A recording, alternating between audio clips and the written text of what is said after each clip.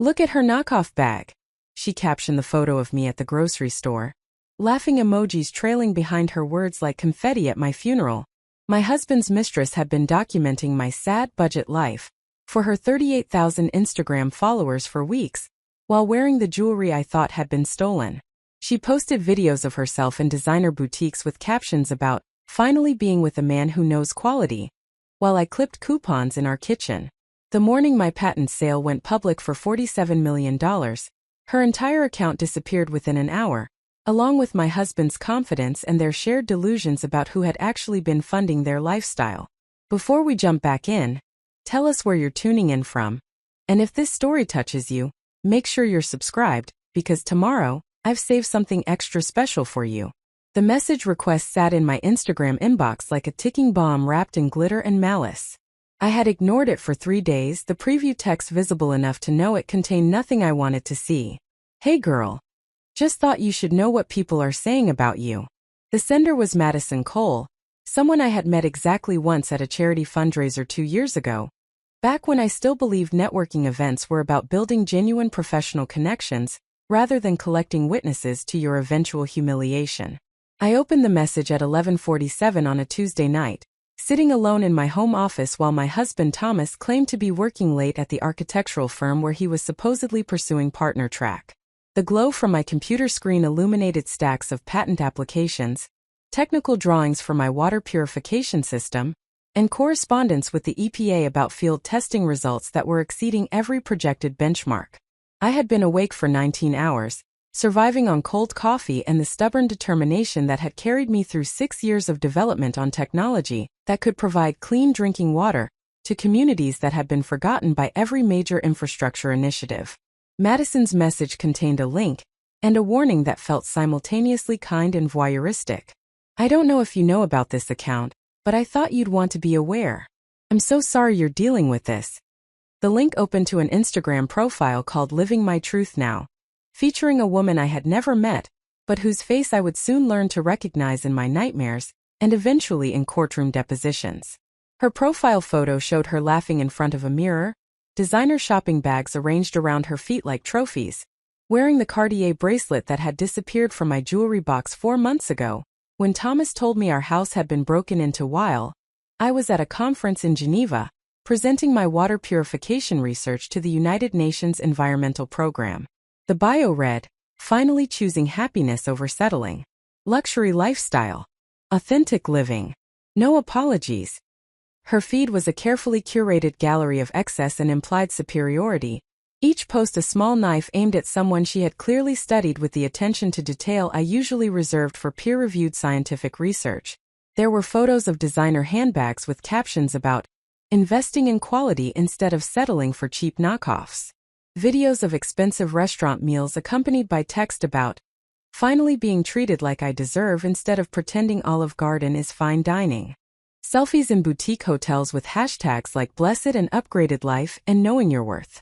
I scrolled through weeks of content, my coffee growing cold beside me, watching this stranger perform a public autopsy on my life choices without ever naming me directly but making the target absolutely clear to anyone who knew both of us. There were subtle references to women who let themselves go next to gym selfies showing her toned abs. Posts about finally being with a man who isn't intimidated by femininity, while she modeled clothing that costs more than most people's monthly rent. A video of her getting her nails done with a caption about how some women think being low maintenance is a personality trait, when really it's just giving up. The algorithmic cruelty of social media meant that her content had found its way to people in my professional circles, distant acquaintances who knew me well enough to recognize the implied subject of her mockery, but not well enough to question whether her narrative contained any truth. Madison's message included screenshots of comments from mutual connections, people I had worked with on nonprofit boards or met at industry conferences, expressing sympathy for my apparent circumstances or worse, agreeing with the mistress's assessment that I had somehow failed at the performance of successful womanhood. My hand shook as I clicked through to a post from 3 days ago, a photograph taken outside my local grocery store showing me loading canvas shopping bags into my 10-year-old Toyota Camry. The angle suggested she had been following me, documenting my routine, studying my life with the dedication of someone who had confused surveillance with victory. The caption read, "Spotted today." Proof that some people really do choose to live like they're perpetually broke even when they don't have to. Clipping coupons and driving a car that should have been traded in during the Obama administration. I could never settle for this kind of voluntary poverty. Life is too short to pretend you're okay with less when you could demand more. The post had generated hundreds of comments. A Greek chorus of strangers analyzing my choices and finding them wanting. Some questioned why any woman would drive an old car when newer models were available. Others suggested I might be teaching my husband to disrespect me by not demanding better treatment. A few defended frugality as a virtue, but their comments were drowned out by the majority who seemed to believe that visible consumption was the only valid measure of success, that driving a reliable vehicle instead of constantly upgrading to newer models indicated some fundamental failure of ambition or self-worth. I clicked on another post, this one showing the interior of an expensive restaurant I recognized as Marcello's, the Italian place downtown where reservations required 3 weeks advance notice and entrees started at $65 before wine pairings. She had photographed herself holding a wine glass, the Cartier bracelet prominently displayed on her wrist, my grandmother's bracelet that had belonged to 3 generations of women in my family before a staged break-in had transferred it to the wrist of a woman who thought jewelry meant more than the history it carried. The caption read, "He knows how to treat a woman like a priority instead of an afterthought. No more pretending that staying home is the same as being valued. Some of us refused to settle for Netflix and takeout when we could have this." Thomas had told me he was working late that night, the same night this photo was time-stamped. I had been at home, as she noted, but not because I was settling for less or accepting afterthought status. I had been on a video conference with engineers in Mumbai, who were implementing my water purification system, in a community of 40,000 people, who had been drinking contaminated water for generations. I had been watching real-time data showing arsenic levels dropping to safe ranges, seeing videos of children drinking clean water from their taps for the first time in their lives, receiving messages from local health officials about declining rates of waterborne illness. I had been choosing substance over performance, impact over image, and this woman who knew nothing about my work or my choices had decided that made me pathetic. I found a post from 2 weeks ago showing her at a car dealership, posing beside a new Mercedes SUV with temporary tags visible in the photo. The caption suggested this was a gift from someone who values me enough to make sure I drive something worthy of my energy. The comments section overflowed with congratulations and envy, strangers celebrating this proof of her worth, as measured in German engineering and leather interiors. I recognized the dealership as the one where Thomas had told me he was looking at cars for himself, claiming his vehicle was becoming unreliable, and he needed something more professional for client meetings. The financial implications began crystallizing in my mind as I scrolled through more posts showing designer purchases, luxury experiences, and expensive gifts that aligned suspiciously with times Thomas had claimed work expenses or business investments. The timeline of her upgraded lifestyle corresponded exactly with unusual withdrawals from our joint checking account, transfers Thomas had explained as related to professional development courses or networking events essential for his career advancement. I had trusted him completely, never questioning the expenses because I believed we shared the same values about building something meaningful, rather than performing success for strangers. Another post showed her in front of a boutique hotel in Santa Barbara. The same weekend Thomas had claimed to be at an architectural conference in San Diego. The photo was captioned, "Sometimes you need to escape with someone who makes you remember what it feels like to be cherished. No more accepting breadcrumbs when I deserve the whole feast." The location tag was specific enough that I could cross-reference it with credit card statements I had never thought to review because I trusted my husband, and because I had been too focused on my own work to notice I was funding his betrayal. I opened our shared credit card account, something I had barely looked at in months because Thomas had volunteered to handle our personal finances, while I focused on the technical and business aspects of my patent development.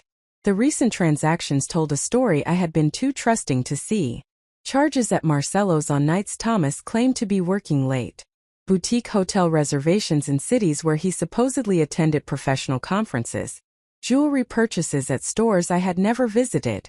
Charges at high-end retailers for women's clothing in sizes I had never worn.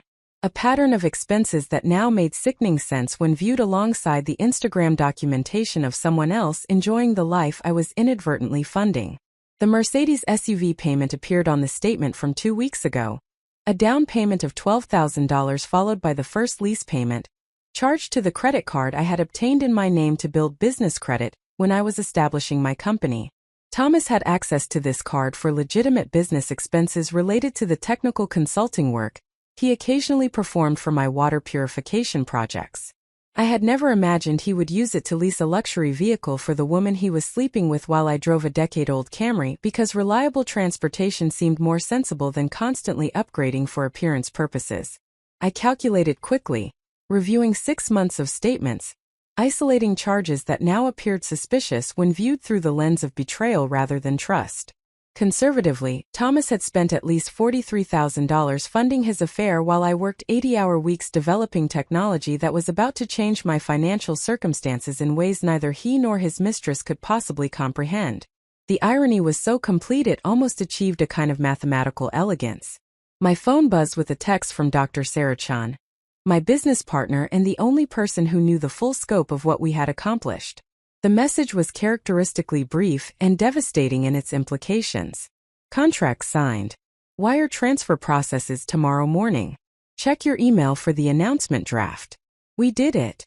The timestamp showed she had sent it at 11:58, just past midnight Eastern Time, where she was currently meeting with the acquisition team from Terravita Global Solutions.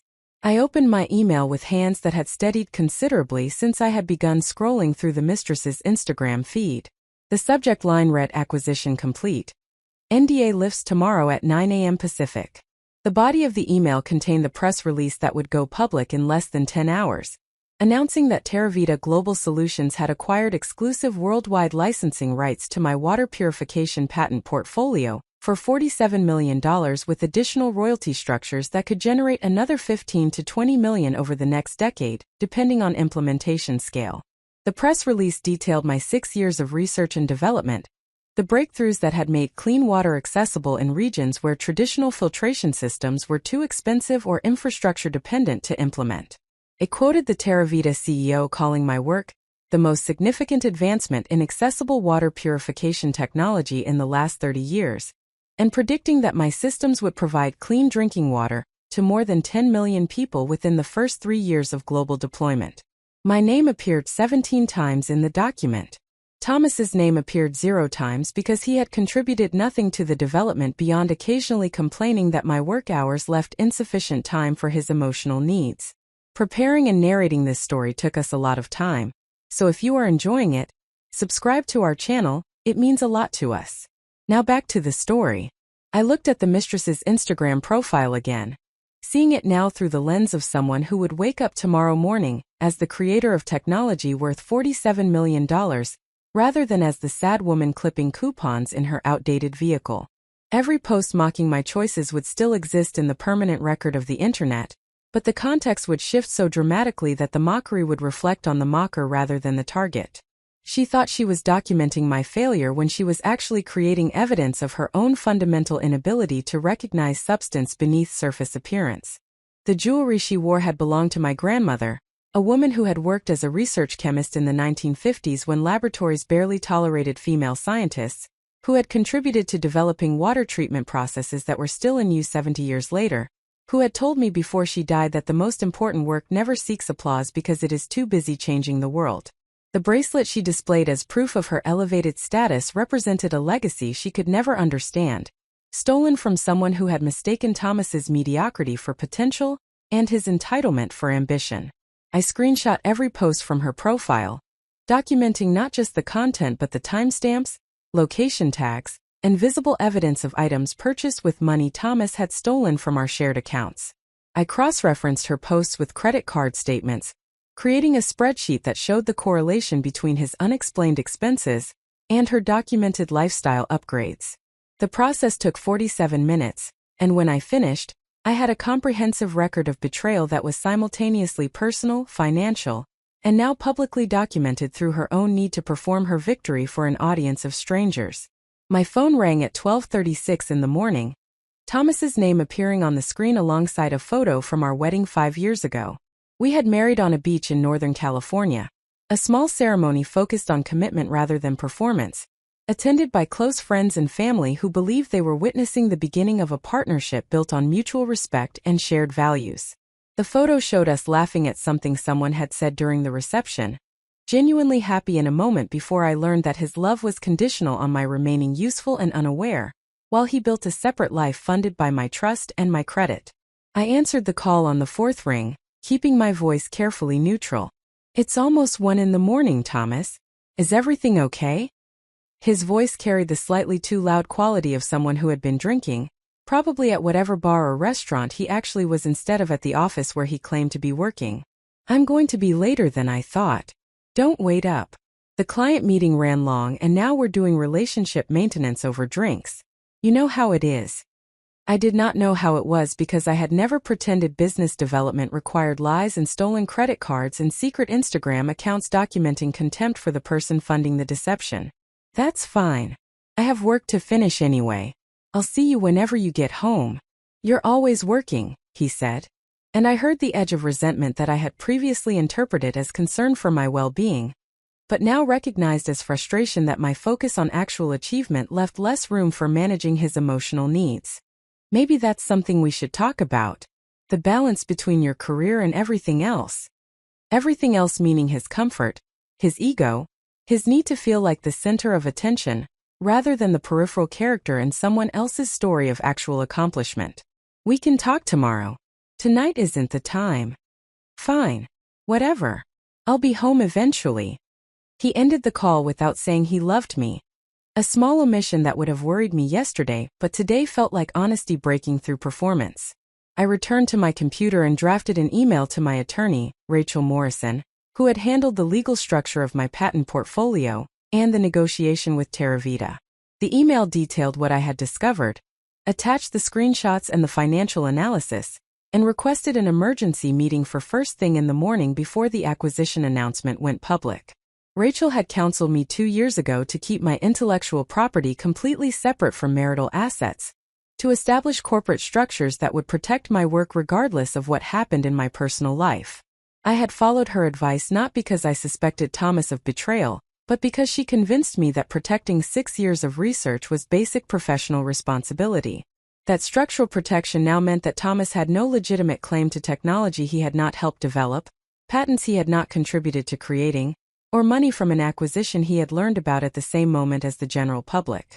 The $47 million belonged to me, and to Sarah Chun through our corporate partnership. Thomas's access to our shared checking account and credit cards meant he had stolen from me personally, but my actual wealth remained completely protected from his reach or his mistress's influence. I thought about the woman who had spent weeks documenting what she believed was my failure. This stranger who had confused frugality with poverty and substance with settling. She had photographed me at the grocery store as if using canvas bags and shopping sales indicated some fundamental lack, rather than a conscious choice to direct resources toward research instead of performance. She had mocked my vehicle as if reliable transportation was shameful, when constant upgrades served no purpose beyond displaying consumption to strangers who would forget about you the moment their feed refreshed with newer content.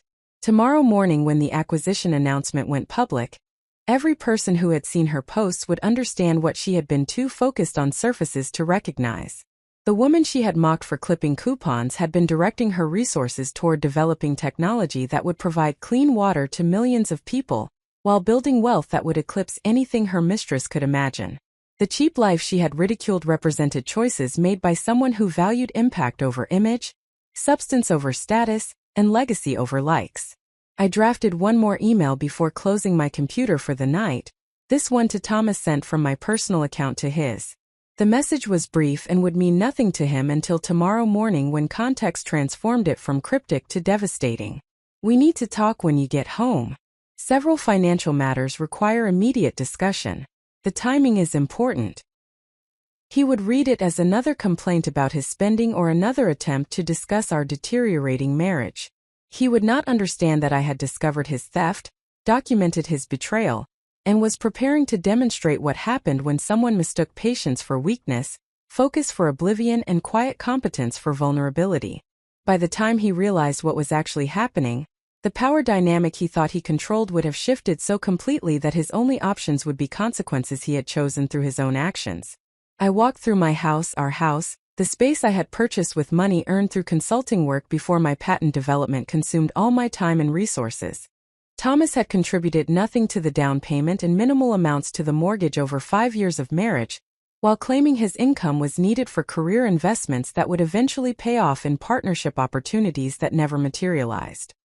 He had maintained this fiction while spending $43,000 on an affair with a woman who thought mocking me on Instagram was consequence-free entertainment. The house was silent except for the ambient hum of the refrigerator and the distant sound of traffic from the highway 3 blocks away. I had spent countless nights working alone in this space while Thomas pursued his separate life, and the solitude that should have felt lonely had instead become comfortable. A refuge where I could focus on work that mattered without managing someone else's ego or validating their imagined contributions. The marriage had ended months or perhaps years ago, but I had been too focused on my research to notice the distance growing between us until his mistress decided to make that distance publicly visible through her Instagram documentation. Tomorrow everything would change. The acquisition announcement would transform me from the sad woman with the knockoff bags and the old car into the inventor whose technology would provide clean water to millions of people, while generating wealth that would secure my future and fund additional research. The mistress's Instagram account documenting my supposed poverty would become evidence of her own inability to recognize value that was not performed for cameras. Thomas's theft of $43,000 would transform from betrayal I had been too trusting to notice into documented crime with consequences that would extend far beyond our marriage. I climbed the stairs to the bedroom I had been sleeping in alone for the past 2 weeks, since Thomas started claiming work demands required him to sleep in the guest room to avoid disturbing my early morning schedule. The explanation had seemed reasonable from someone who occasionally showed consideration for my needs, but now I understood it was simply logistics allowing him to come home at whatever hour suited his affair without explaining his absence from our bed. Another small deception in a relationship built on increasingly obvious lies I had chosen not to see because I was focused on work that actually mattered. Sleep did not come easily despite my exhaustion. I lay in the darkness thinking about my grandmother's bracelet on a stranger's wrist, about Thomas spending my money to fund his betrayal, about the woman who had confused documentation with victory. The anger I felt was clean and clarifying rather than destructive, sharpening my focus on what would come next, rather than dwelling on what I should have noticed earlier. Tomorrow the truth would become public, and I would watch 2 people who had invested weeks in mocking my choices discover that their understanding of success was as superficial as her Instagram feed, and as fraudulent as his claims of working late. The last thing I saw before sleep finally arrived was the image of that grocery store photograph. Me loading canvas bags into my old car while she documented it as proof of my failure. Tomorrow that same image would tell a completely different story. One where the woman who chose substance over performance demonstrated exactly what happens when authentic achievement encounters superficial judgment. The mockery would remain forever visible on the internet, but the context would shift so dramatically that every laugh would belong to me. The alarm on my phone sounded at 5:30 in the morning, pulling me from restless sleep into the sharp clarity of a day that would divide my life into distinct before and after chapters. I had set 3 separate alarms, unnecessary insurance against the possibility that exhaustion might interfere with witnessing the moment when 6 years of invisible work became publicly validated achievement. The bedroom remained dark, curtains drawn against the early November dawn that would not arrive for another hour, and Thomas's side of the bed remained empty and undisturbed, confirming he had never come home after his supposed client meeting that ran late into drinks and lies. I showered in water heated by the standard residential system that had nothing in common with the revolutionary purification technology that would make me wealthy beyond what most people would earn across entire careers. The irony was not lost on me that I had spent 6 years developing systems to provide clean water to communities without reliable infrastructure, while taking for granted the ordinary miracle of hot water flowing from pipes in my own bathroom. The contrast between my daily life and my professional impact had always been stark, but until last night I had not realized that anyone viewed this gap as evidence of failure, rather than as natural consequence of prioritizing substance over appearance. I dressed in clothes that would have given Thomas's mistress additional material for her Instagram mockery if she could see them. Dark jeans purchased 3 years ago from a department store clearance rack. A plain navy sweater that cost $32 and had proven durable enough to survive countless washing machine cycles without losing shape or color. Comfortable flat shoes suitable for a day that would include legal consultations, business meetings, and potentially difficult conversations with a husband who did not yet know his theft had been discovered and documented. The outfit represented approximately $75 of total investment, less than Thomas had spent on a single dinner with his mistress 2 weeks ago, according to the credit card statement I had reviewed until 3 in the morning. My reflection in the bathroom mirror showed a woman who looked every one of her 34 years, with dark circles under her eyes from chronic sleep deprivation and fine lines beginning to form at the corners of her mouth from 6 years of stress that came with developing technology while managing financial uncertainty and apparently a failing marriage I had been too distracted to notice was failing. The woman in the mirror did not look like someone about to become wealthy from a $47 million patent acquisition. She looked tired and ordinary and exactly like the target the mistress had chosen for public mockery. I thought about how I must appear to strangers who knew nothing about my work, people who would see me in my old car and my clearance rack clothes, and make assumptions about my choices that had nothing to do with reality. The mistress had looked at me and seen someone who had given up or settled or failed to demand better, never considering that perhaps I had simply directed my resources and attention toward goals that were not visible in Instagram photographs. She had confused performance with achievement so completely that she genuinely believed mocking my appearance was the same as identifying my failure. The kitchen was exactly as I had left it the previous night, my cold coffee mug beside the laptop that had revealed the full scope of Thomas's betrayal and his mistress's public documentation of what she believed was my inadequacy. I made fresh coffee in the same basic drip machine I had owned since graduate school, an appliance that had survived 3 moves and countless early mornings when caffeine was the only thing standing between me and complete exhaustion.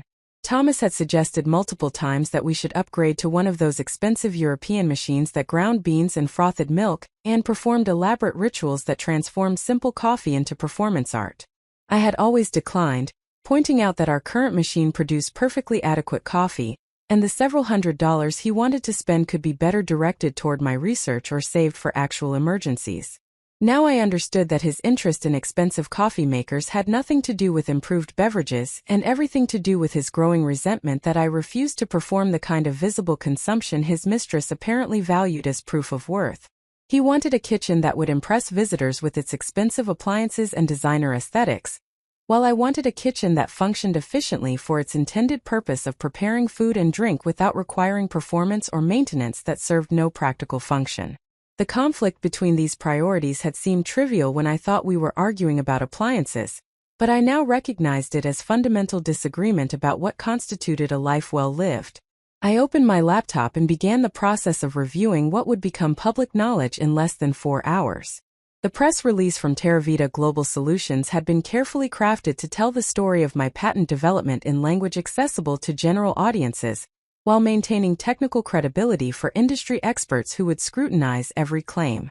The narrative began with the problem, the reality that more than 2 billion people globally lacked access to safely managed drinking water, that waterborne diseases killed hundreds of thousands of children every year, that existing purification technologies were either too expensive or too infrastructure dependent to address the scope of human need. The release explained how my technology solved problems that had defeated previous attempts at accessible water purification. Traditional filtration systems required electricity, regular filter replacement, or complex maintenance that made them impractical for communities without reliable infrastructure or technical expertise. Chemical treatment methods required ongoing supply chains and carried risks of improper dosing that could cause harm instead of protection. Large-scale municipal systems required infrastructure investments that developing regions could not afford and maintenance expertise that was not available in rural or displaced communities.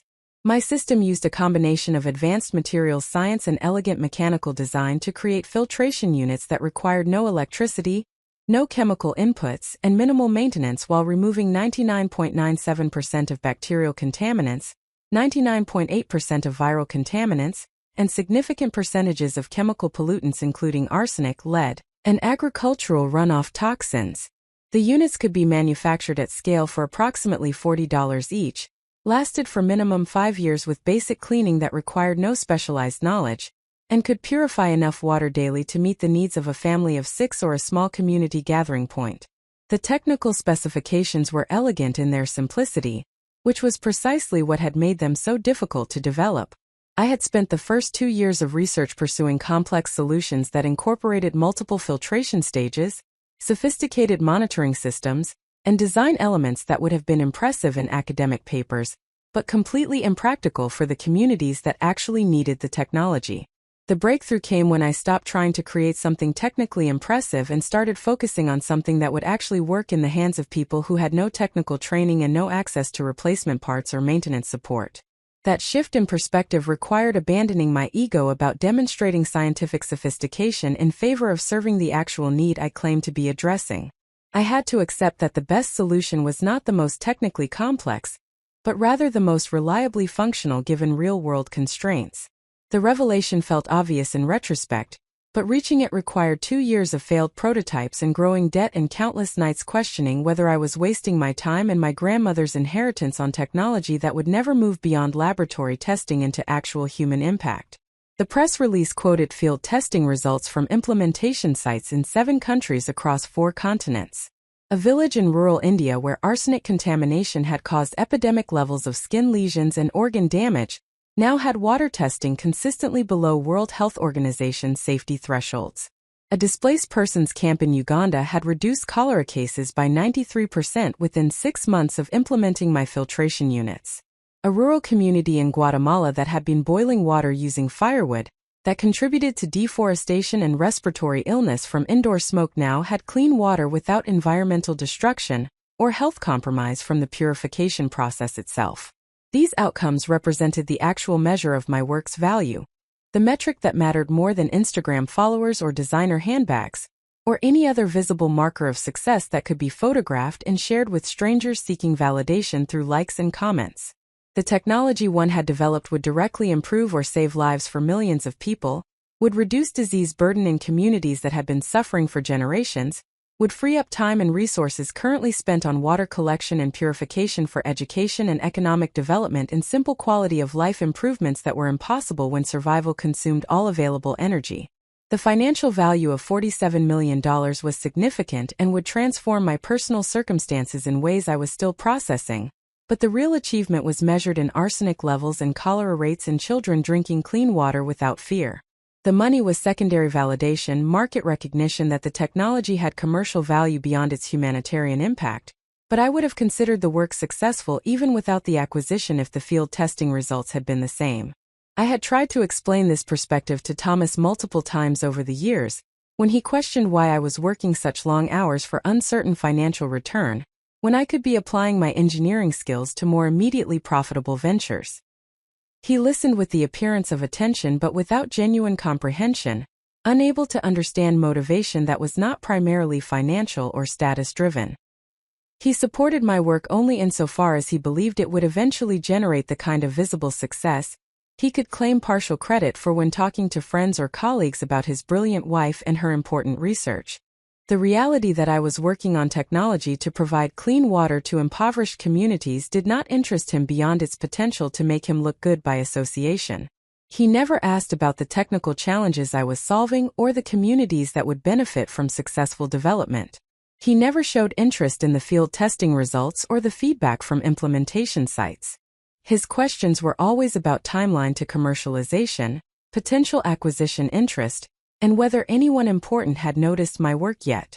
The research itself, the actual substance of what I was attempting to achieve, held no inherent interest for him beyond its instrumental value for generating status and income.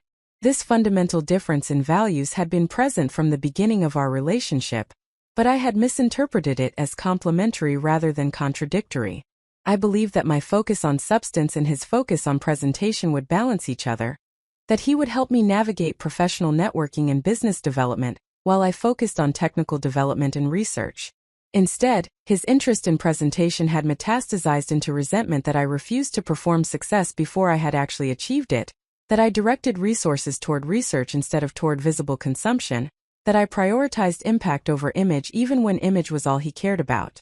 My phone showed 6:14 in the morning, still nearly 3 hours before the press release would go public but late enough that I could reasonably call Rachel Morrison without seeming panicked or irrational. Rachel answered on the second ring despite the early hour, her voice alert in the way that suggested she had been awake for some time already, probably reviewing the same acquisition documents I had been studying or preparing for the emergency meeting I had requested via email in the middle of the night. "I saw your message in the attachments," Rachel said without preamble, her tone carrying the carefully controlled anger of someone who had seen this pattern before and was tired of watching competent women discover that the men they trusted had been stealing from them while they were focused on actual achievement. "How much total did he take?" "43,000 over 6 months conservatively," I replied, hearing my own voice remain steady despite the emotions churning beneath the professional surface. "Possibly more if I go back further." I stopped reviewing at 6 months because the pattern was already clear and I needed to sleep before this morning's announcement. Rachel's keyboard clicked in the background as she pulled up whatever documents or notes she was compiling. "And the Instagram account documenting the spending? Still active as of 20 minutes ago when I checked. She posted last night around 11, a photo of them at a bar downtown. He told me he was working late on a client meeting. The photo shows her wearing my grandmother's bracelet, the one from the supposed break-in 4 months ago." "Did you file a police report about the break-in?" Rachel asked, and I could hear the shift in her tone that indicated she was moving from sympathetic friend to strategic attorney, already thinking about evidence and documentation and legal proceedings that would transform my personal betrayal into actionable claims with courtroom consequences. "Yes, but nothing was ever recovered. Thomas handled most of the interaction with the police because I was preparing for the Geneva presentation. He told me they said it was probably professionals who would sell the jewelry quickly and we should not expect to get anything back." The memory of his performance felt sickening now, the concerned husband helping his wife through the trauma of violation while he had actually orchestrated the theft himself to give stolen heirlooms to his mistress as tokens of his affection and her superiority. "Forward me the police report number and any documentation you have about the break-in," Rachel instructed. "If we can prove he filed a false report that creates additional criminal exposure beyond the credit card fraud." The Instagram post showing her wearing the jewelry helped establish that this was not a legitimate burglary but rather a staged event to cover his gift of your property to his mistress. I had not considered the possibility that Thomas had committed insurance fraud in addition to theft and credit card fraud. But Rachel was correct that filing a false police report about a staged break-in constituted its own criminal violation. The complexity of his deception was almost impressive if it were not so personally devastating and ultimately so stupid given that he had documented everything through his mistress's compulsive need to perform her life for Instagram followers. "What happens when the acquisition announcement goes public this morning?" I asked, though I suspected I already knew the answer based on Rachel's tone and the careful legal structure she had insisted I implement 2 years ago when my patent applications were still pending and commercial interest was only theoretical possibility rather than imminent reality. "Thomas learned simultaneously with the general public that you are about to receive $47 million that he has no legal claim to because we structured everything through your separate corporation that predates your marriage, and that he has never contributed to in any documented capacity," Rachel said with audible satisfaction. "Your intellectual property, your corporate entity, your acquisition payment. He owns exactly 0% of any of it, which is why I insisted on that structure when you first retained me." I remembered those conversations from 2 years ago. Rachel's insistence that protecting my intellectual property required corporate separation from marital assets, even though Thomas and I were not having problems at the time, and I saw no reason to expect our marriage would deteriorate. Rachel had explained that it was not about expecting divorce but about basic professional practice, that anyone developing valuable intellectual property should protect it regardless of their personal relationship status, because circumstances changed and proper structure was easier to implement proactively than to correct retroactively. I had followed her advice not because I suspected Thomas would betray me, but because Rachel was an expert, and I trusted her professional judgment, the same way my clients trusted my technical expertise about water purification systems. That decision, made when my marriage still seemed stable and my patent was still theoretical, now stood between me and catastrophic financial loss to a man who had contributed nothing to my research while actively stealing from our shared accounts to fund an affair with a woman who mocked me on social media. "What should I expect when he realizes what happened?" I asked, uncertain whether I was more concerned about his reaction or my own ability to maintain composure during what would inevitably be a difficult confrontation. "Anger first, probably directed at you for keeping secrets even though you did not keep anything secret, You simply protected assets you created before and during your marriage in a professionally appropriate manner that he could have understood if he had ever bothered to pay attention to the business structure, Rachel replied, her tone suggesting she had seen this pattern multiple times in her career representing women whose professional success outpaced their partner's ability to handle it gracefully. Then negotiation, probably through an attorney who will try to argue that he contributed to your research in ways that entitle him to share the acquisition payment, despite the corporate structure. He contributed nothing, I said flatly. He occasionally proofread grant applications but provided no technical input, no research support, no meaningful assistance of any kind. His name appears on nothing because he did nothing. I know that and you know that and the documentation proves that, but he will try to construct a narrative where his emotional support or household management or career sacrifices constituted contribution that deserves compensation, Rachel explained. We will destroy that narrative with evidence, but expect him to try it first before accepting reality. The idea that Thomas would claim his emotional support or household management entitled him to millions of dollars from technology he had not helped develop would have been laughable if it were not so predictably pathetic. He had provided minimal emotional support while expecting constant validation for his non-existent career achievements. His household management consisted primarily of creating messes for me to clean or hire services to address. His career sacrifices were imaginary constructs that reframed his unemployment and unemployability as noble choices he had made for our partnership. The credit card fraud is separate from the divorce proceedings, Rachel continued. You can choose to pursue criminal charges or use it as leverage in settlement negotiations. Given that he stole $43,000 to fund an affair while you were working to develop technology that would make you wealthy, I would recommend making him face consequences rather than allowing him to quietly exit the marriage without accountability. The thought of Thomas facing criminal charges for credit card fraud felt simultaneously too harsh and not harsh enough. Too harsh because despite everything he had done, part of me still remembered the person I had believed I was marrying 5 years ago, the charming man who had seemed supportive and ambitious and like a genuine partner rather than a parasite looking for a host. Not harsh enough because financial theft and years of lies and gifting my grandmother's jewelry to his mistress deserved more consequences than whatever minimal sentence a judge might impose for credit card fraud. I need to think about that, I replied honestly. Right now I just need to get through today and deal with the immediate aftermath of the announcement. Understood. I will be available all day for whatever you need. Call me immediately if Thomas threatens you, or does anything that makes you feel unsafe. Document everything he says and does from this point forward. Record conversations if possible given that California is a two-party consent state, but at minimum take detailed notes immediately after every interaction while your memory is fresh. We ended the call at 6:37, leaving me with 2 hours and 23 minutes before the press release would transform my life from private struggle to public achievement. I made more coffee and returned to my laptop, pulling up the files I had been maintaining since the early days of my research, documentation that told the complete story of how the technology had developed from initial concept through current field implementation.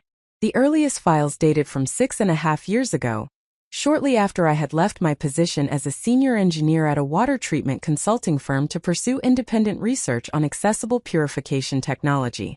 The decision to leave stable employment with good salary and benefits to chase an uncertain research vision had seemed risky at the time, but I had my grandmother's inheritance to provide runway and I believed I could develop something meaningful if I could focus without the constraints of corporate priorities and quarterly earnings expectations. Thomas and I had been dating for 8 months when I made that decision, serious enough that we discussed it but not yet married or financially entwined.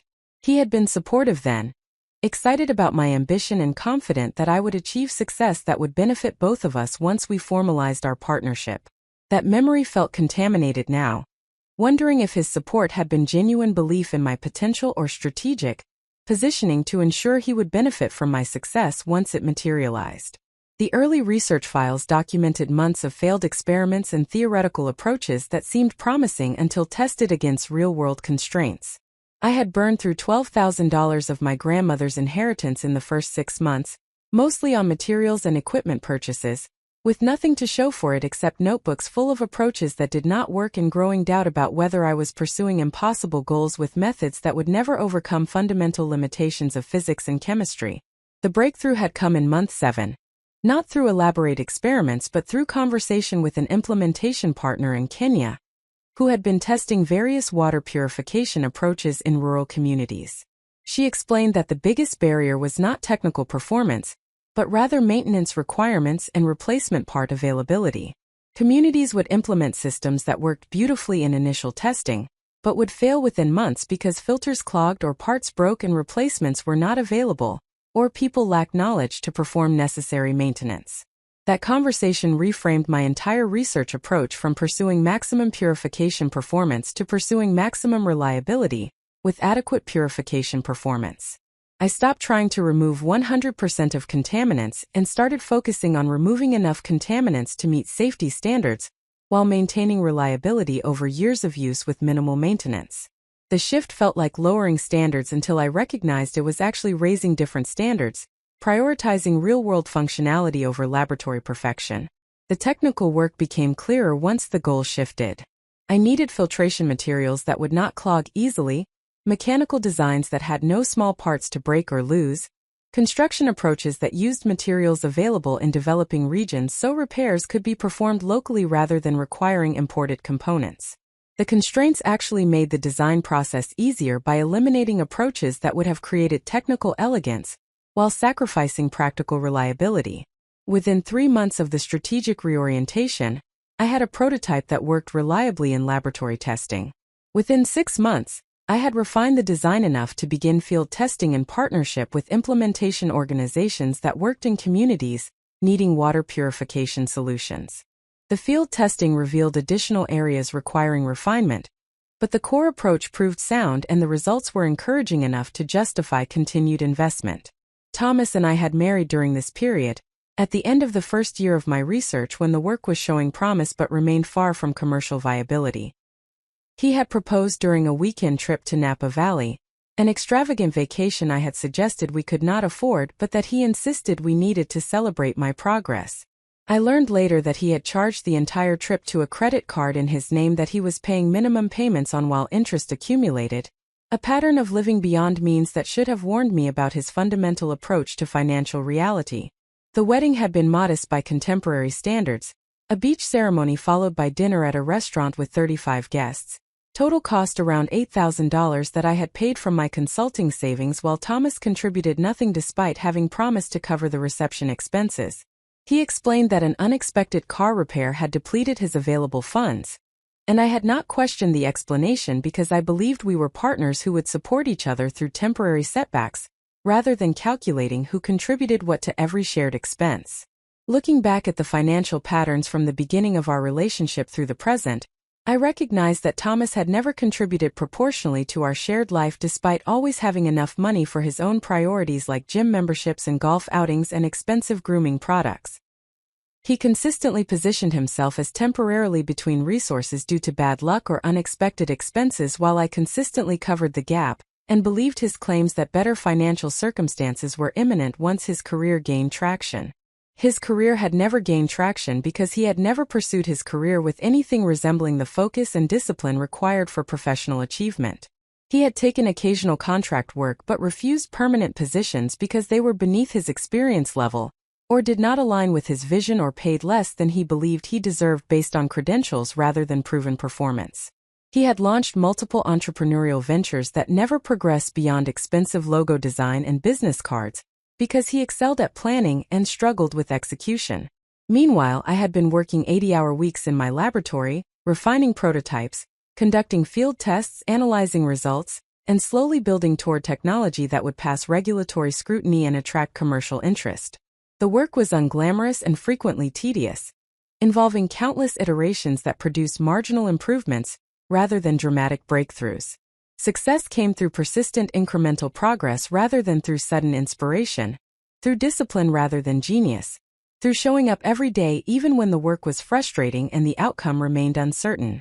Thomas never understood this kind of sustained effort toward distant goals because his pattern was to work intensely for brief periods when motivated by novelty or social pressure, then lose interest once the work became routine or difficult. He had watched me working in my laboratory for years without comprehending that this was what achievement actually looked like, That impact required exactly this kind of unglamorous persistence that he found boring and excessive. My phone showed 8:15, 45 minutes until the press release would go public and transform me from the woman his mistress mocked for driving an old car into the inventor whose technology was worth $47 million to a global corporation. I felt strangely calm. The anxious energy from the previous night replaced by clarity about what was coming, and what would be required to navigate it. Thomas's key sounded in the front door at 8:23, earlier than usual for his morning returns after supposed late work nights. I heard him moving through the house with the careful quiet of someone who believed I was still sleeping and wanted to avoid questions about where he had been or what he had been doing. The consideration was almost touching if it were not entirely self-serving, designed to protect himself from accountability rather than to respect my rest. I remained in the kitchen, sitting at the table with my laptop open and my coffee cooling beside me, waiting for him to discover I was awake and realize that we needed to have the conversation I had promised in my cryptic email from the previous night. His footsteps paused in the living room as he apparently checked his phone or removed his shoes, then continued toward the kitchen where he would find me waiting with knowledge he did not know I possessed and news he could not possibly anticipate. He appeared in the doorway looking exactly like someone who had been out all night, his clothes rumpled and his expression carrying that particular combination of guilt and defiance that came from knowing you were doing wrong while resenting anyone who might judge you for it. His eyes widened slightly when he saw me sitting there, clearly not expecting me to be awake and obviously unprepared for whatever conversation was about to occur. "You said we needed to talk about financial matters," I said calmly, gesturing to the chair across from me. "I think now would be a good time for that conversation."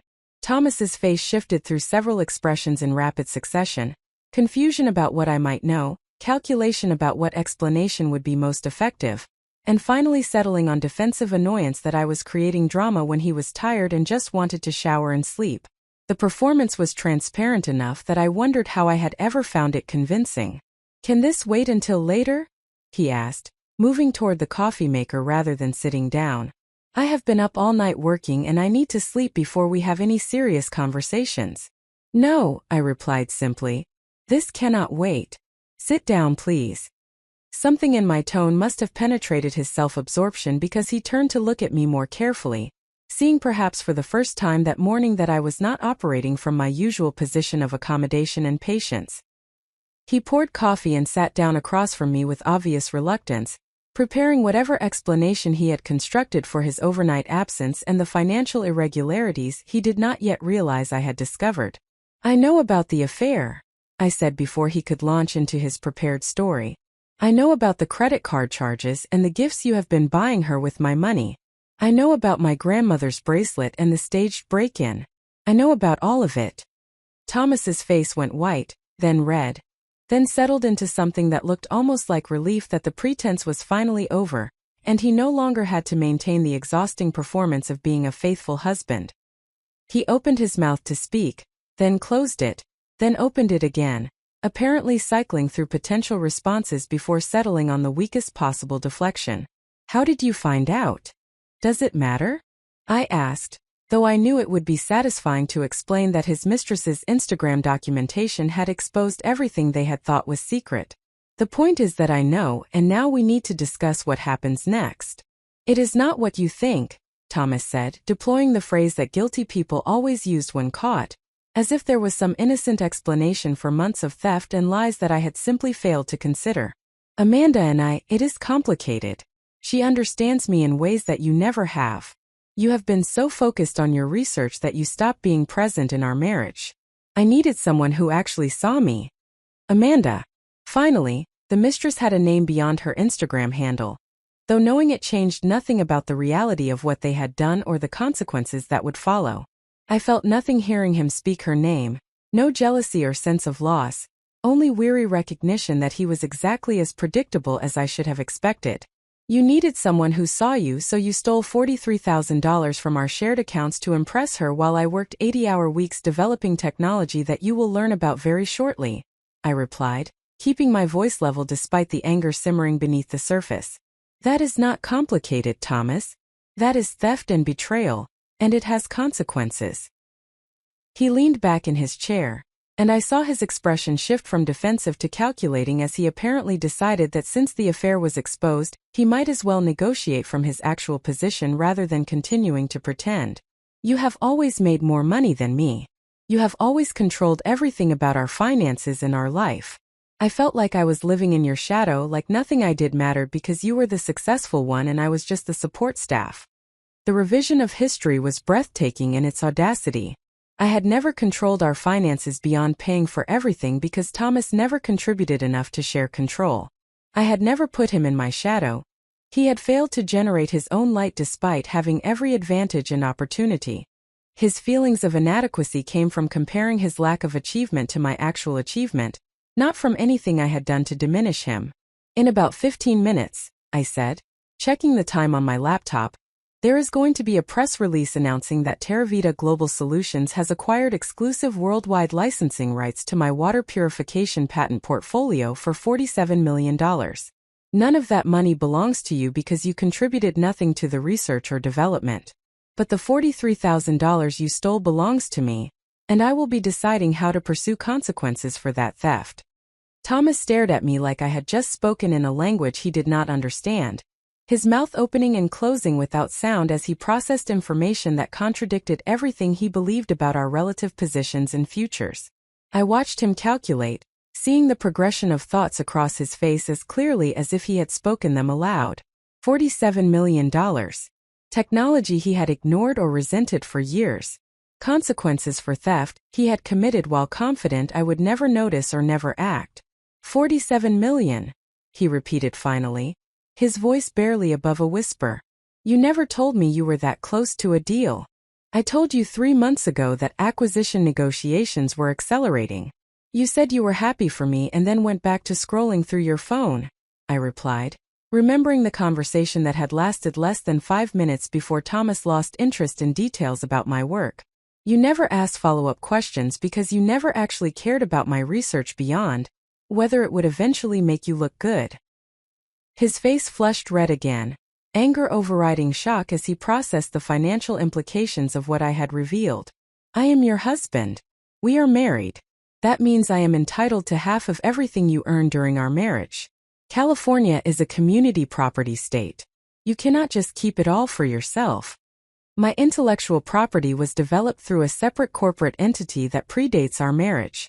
The patents are owned by that corporation, not by me personally, and you have never been an employee or officer or shareholder of that corporation. I explained with the patience I might use for a particularly slow student. My attorney structured everything specifically to protect my research from exactly this kind of claim. You own nothing, Thomas. You get nothing. The rage that crossed his face confirmed that his feelings for me had nothing to do with love or partnership, and everything to do with access to resources and status he could not generate for himself. He had married me believing I was smart enough to eventually achieve success but grateful enough for his attention to share that success without question. The revelation that I had protected my work from his claims felt like betrayal to him, as if my basic professional prudence was somehow an attack on his entitlement. We will see what my lawyer says about that, he spat, standing up from the table so abruptly that his chair scraped against the floor with a sound that made me flinch despite my determination to remain calm. You do not get to steal from me just because you were smart enough to hide assets. I did not hide anything. I established a proper corporate structure for my intellectual property, something any competent professional would do, I replied, remaining seated because standing would feel like escalation and I wanted him to be the one who appeared irrational when I recounted this conversation later. But you should definitely consult an attorney. Make sure to mention the $43,000 in credit card fraud and the false police report about the staged break-in. I am sure they will have thoughts about your legal position. Thomas stared at me like he was seeing me for the first time, recognizing perhaps that the accommodating wife who had funded his lifestyle while he pursued affairs and imaginary careers was never going to accommodate him again. The power dynamic he had assumed was permanent had shifted so completely that his only remaining options were consequences of varying severity, depending on choices he would make in the coming days. He left the kitchen without another word, his footsteps heavy on the stairs as he climbed to the bedroom we would never share again. I heard the shower running as he began his morning routine, probably trying to wash away the night with his mistress and prepare for a day that would be nothing like what he had anticipated when he walked through the door 20 minutes ago, expecting to sleep away his hangover in the guest room while his wife remained oblivious to his betrayal. My phone showed 8:57, 3 minutes until the press release would go public and my professional achievement would become general knowledge. I refreshed my email and saw messages already arriving from colleagues and former professors who had been given advance copies of the announcement, their congratulations arriving before the news was officially public, because professional networks always operated on advance information. At exactly 9 o'clock Pacific time, Sarah Chan sent me a text containing only a champagne bottle emoji and a link to the Theravada press release now live on their corporate website.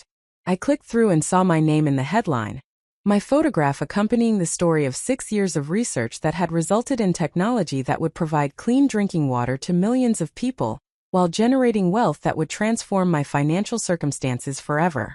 The validation felt both enormous and insufficient, acknowledgement that my work had value, but also painful recognition of everything I had sacrificed to reach this moment. 6 years of 80-hour weeks, a failed marriage to a man who had stolen from me, while I was focused on achievement. Mockery from a stranger who believed driving an old car was evidence of failure, rather than evidence of priorities that extended beyond performing success for social media audiences. I thought about Amanda's Instagram account and wondered how long it would take before someone sent her the press release, before she understood that the woman she had been mocking for weeks was about to become wealthier than she could imagine, while her married boyfriend faced criminal charges for funding their affair with stolen money.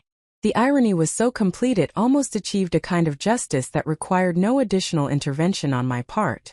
Almost but not quite. Because some lessons needed to be taught explicitly rather than allowed to reveal themselves gradually through natural consequences. And I had 6 years of receipts to prove exactly what happened when superficial judgment encountered substance that had been too busy creating value to perform for cameras. The press release had been live for 17 minutes when my phone began receiving notifications at a rate that made the device vibrate continuously against the kitchen table. Text messages from former colleagues expressing congratulations. Emails from journalists requesting interviews about the technology and its development. LinkedIn notifications showing that hundreds of people were suddenly viewing my profile and sending connection requests. The digital validation arrived in waves that felt simultaneously gratifying and overwhelming, public acknowledgement of work that had consumed 6 years of my life, while remaining invisible to everyone except the small community of researchers and implementation partners who understood what I had been attempting to achieve. Sarah Chan called at 9:19, her voice carrying excitement that penetrated even through the phone connection.